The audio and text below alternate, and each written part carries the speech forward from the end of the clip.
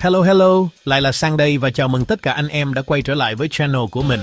Hôm nay chúng ta sẽ tam gác lại những tựa game quen thuộc để cùng nhau bắt đầu một chuyến du hành khám phá thế giới. Một chuyến đi mà mình tin chắc sẽ khiến anh em phải mất chữ A, mồm chữ đấy. Chủ đề của chúng ta ngày hôm nay chính là những hòn đảo kỳ lạ nhất trên trái đất. Nghe thôi đã thấy hấp dẫn rồi đúng không?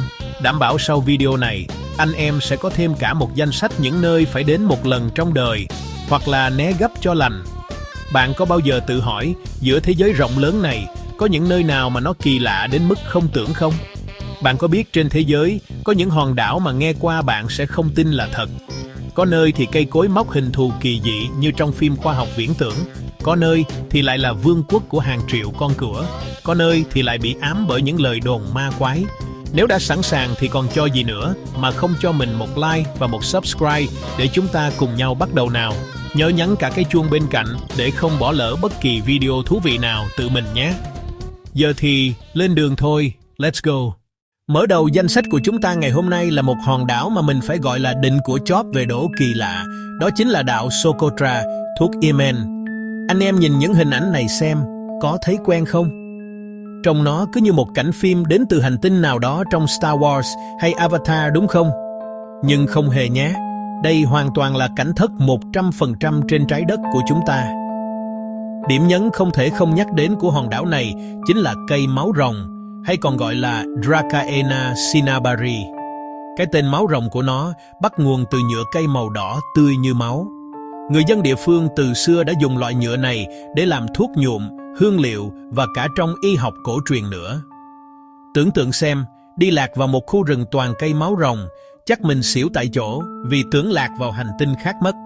Nhưng Socotra không chỉ có mỗi cây máu rồng đâu nhé.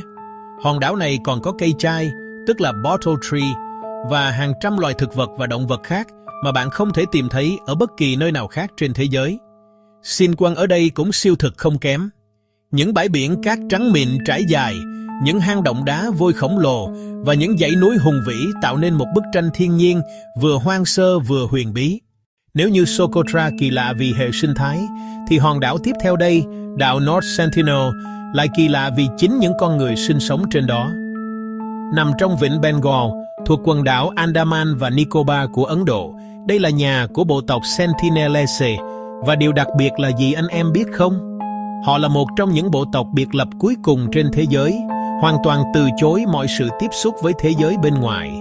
Mỗi nỗ lực tiếp cận của thế giới bên ngoài, dù là thân thiện hay không, đều bị họ đáp trả một cách cực kỳ quyết liệt. Họ sẽ dùng cung tên, giáo mát để tấn công bất kỳ ai dám bén mảng đến gần hòn đảo của họ. Đã có rất nhiều câu chuyện bi thảm xảy ra.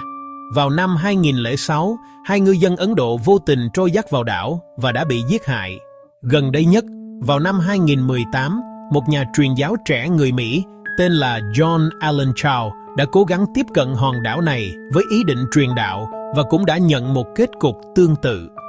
Chính phủ Ấn Độ sau nhiều nỗ lực thất bại đã quyết định ban hành một lệnh cấm.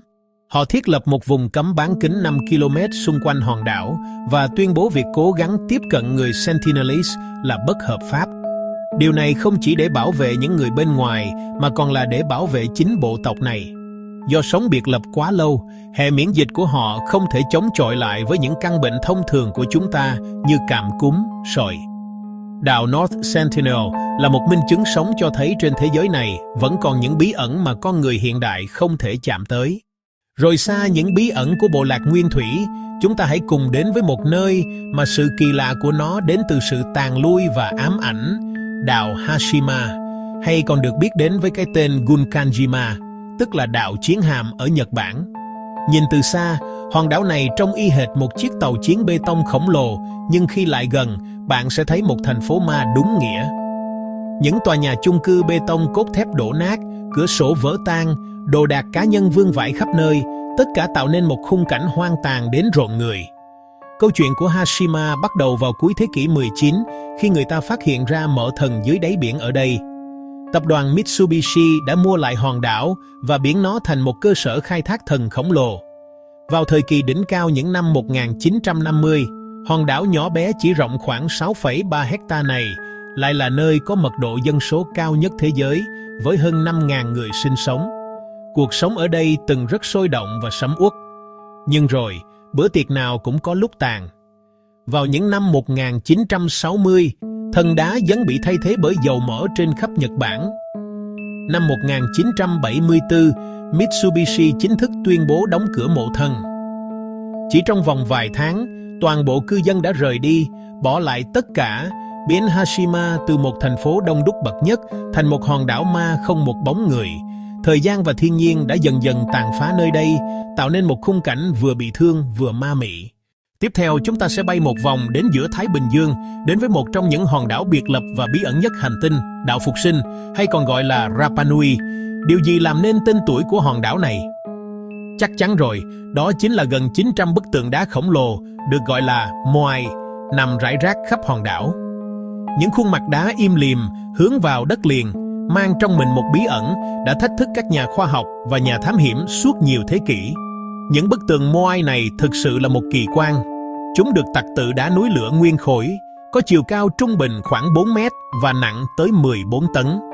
Thậm chí có những bức tường còn dạn dở cao tới gần 21 mét và nặng khoảng 270 tấn, bằng cả một chiếc máy bay Boeing bay 47 đầy anh em ạ. Câu hỏi lớn nhất được đặt ra là người Rapa Nui cổ đại với công cụ thô sơ đã làm cách nào để tạc ra những bức tường khổng lồ này, và quan trọng hơn, làm thế nào họ có thể di chuyển chúng từ mỡ đá đến các vị trí dụng tượng cách đó hàng chục cây số. Tuy nhiên, một câu hỏi khác lại nảy sinh. Tại sao việc tạc tượng lại đột ngột dừng lại? Nhiều bức tường vẫn còn nằm dạn dở trong mỡ đá, như thể những người thợ đã đột ngột bỏ lại công việc của mình và không bao giờ quay trở lại. Giả thuyết được chấp nhận rộng rãi nhất là về một cuộc khủng hoảng sinh thái. Người Rapa Nui được cho là đã khai thác cạn kiệt tài nguyên của hòn đảo, đặc biệt là chất hết cây cối để vận chuyển các moai và đóng thuyền. Đảo Phục Sinh không chỉ là một hòn đảo, nó là một bài học lịch sử khổng lồ về sự sáng tạo, đức tin và cả sự mong manh của nền văn minh nhân loại. Anh em có bao giờ cảm thấy muốn trốn cả thế giới, đến một nơi thật xa, thật yên tĩnh không? Nếu có, thì mình xin giới thiệu một địa điểm đỉnh cao của sự xa xôi, đó là quần đảo Tristan da Cunha, nằm ở Nam Đại Tây Dương. Đây được công nhận là quần đảo có người ở xa xôi nhất trên trái đất. Nơi gần nhất có người ở là đảo Saint Helena, cách đó hơn 2.400 cây số, còn lục địa gần nhất là Nam Phi, cách đó tận 2.800 cây số, xa dã man luôn. Để đến được đây không phải là chuyện đơn giản đâu nhé. Hòn đảo này không có sân bay, cách duy nhất để tiếp cận là đi bằng thuyền từ Cape Town, Nam Phi. Chuyến đi này kéo dài khoảng 6 ngày trên biển, và tàu thuyền cũng không có lịch trình cố định, chỉ có vài chuyện mỗi năm thôi. Toàn bộ dân số của hòn đảo, khoảng 250 người, sống tập trung tại khu định cư duy nhất có tên là Edinburgh of the Seven Seas. Nghe tên kêu không? Nhưng thực tế nó chỉ là một ngôi làng nhỏ thôi. Nền kinh tế của hòn đảo chủ yếu dựa vào nông nghiệp và đánh bắt tôm hùm đá, một đặc sản nổi tiếng của Tristan da Cunha. Họ sống một cuộc sống khá tự cung tự cấp. Trên đảo chỉ có một cửa hàng tạp hóa, một bưu điện, một quán rượu và một trường học.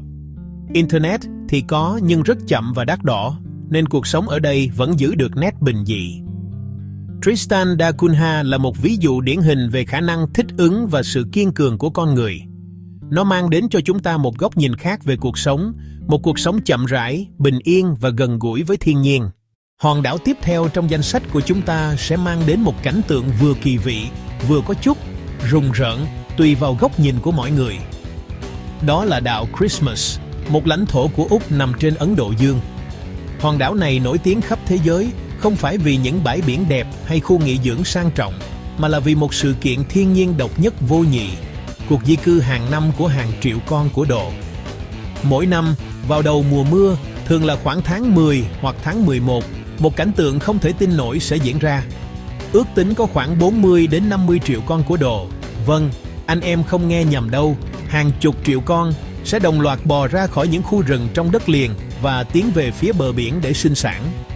Chúng tràn ngập khắp mọi nơi, từ đường phố, sân vườn, sân golf cho đến cả trong nhà dân. Để bảo vệ loài cửa này, chính quyền địa phương đã phải thực hiện rất nhiều biện pháp đặc biệt.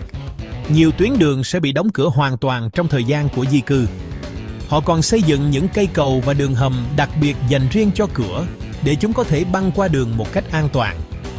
Sau khi đến bờ biển, những con của Đức sẽ đào hạng và giao phối với cửa cái. Mỗi con của cái có thể để tới 100.000 quả trứng. Vào lúc thủy triều lên cao của kỷ trăng cuối cùng, hàng triệu con của cái sẽ đồng loạt ra biển và thả trứng xuống nước. Và cuối cùng, để kết thúc chuyến hành trình khám phá những hòn đảo kỳ lạ, chúng ta hãy đến với một nơi siêu cấp đáng yêu, một nơi sẽ làm tan chảy trái tim của bất kỳ ai yêu động vật. Chào mừng anh em đến với đảo Okunoshima ở Nhật Bản, hay còn được biết đến với cái tên thân thương là đảo thọ. Đúng như tên gọi của nó, hòn đảo này là vương quốc của hàng ngàn chú thọ hoang dã, thân thiện và cực kỳ bao dẫn. Khi đặt chân lên đảo, bạn sẽ ngay lập tức bị bao vây bởi hàng trăm chú thọ đủ màu sắc, từ trắng, nâu, đen cho đến xám. Chúng không hề sợ người mà ngược lại, còn chủ động chạy lại gần du khách để xin ăn. Xin tưởng những chú thỏ đáng yêu vây quanh bạn, đứng bằng hai chân sau, ngóng cho những miếng cà rốt hay thức ăn viên thực sự rất là healing luôn. Nhưng đằng sau vẻ ngoài đáng yêu này, Okunoshima lại có một quá khứ vô cùng đen tối. Trong Thế chiến thứ hai, hòn đảo này là một địa điểm bí mật của quân đội Nhật Bản, nơi họ sản xuất một lượng lớn vũ khí hóa học, cụ thể là khí độc. Hòn đảo này đã bị xóa khỏi bản đồ để giữ bí mật tuyệt đối. Công nhân làm việc ở đây phải sống trong điều kiện khắc nghiệt và nguy hiểm, và nhiều người đã phải chịu những hậu quả sức khỏe nghiêm trọng. Ngày nay, quá khứ đen tối của Okunoshima đã được thay thế bằng hình ảnh một thiên đường du lịch. Okunoshima là một ví dụ hoàn hảo về sự đối lập.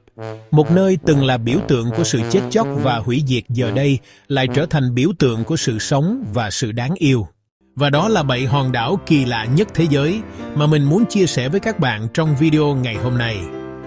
Từ hành tinh khác Socotra, vùng đất bất khả xâm phạm North Sentinel, thành phố Mahashima, cho đến thiên đường thờ Okunoshima, mọi nơi đều có một câu chuyện, một vẻ đẹp và một sự kỳ lạ riêng. Thế giới của chúng ta thật sự rộng lớn và còn ẩn chứa biết bao điều bí ẩn, thú vị mà có lẽ cả đời chúng ta cũng không thể khám phá hết được. Hy vọng qua video này, các bạn đã có những phút giây giải trí và biết thêm được nhiều điều mới mẻ. Vậy trong 7 hòn đảo vừa rồi, bạn ấn tượng với hòn đảo nào nhất? Hãy để lại ý kiến của bạn ở phần bình luận bên dưới nhé. Một lần nữa, nếu các bạn thấy video này thú vị và bổ ích, đừng quên tặng mình một like, một share và quan trọng nhất là nhấn nút đăng ký để ủng hộ kênh của Sang nhé. Cảm ơn các bạn rất nhiều đã theo dõi đến tận giây phút này. Còn bây giờ thì xin chào và hẹn gặp lại tất cả các bạn trong những video tiếp theo. Tạm biệt.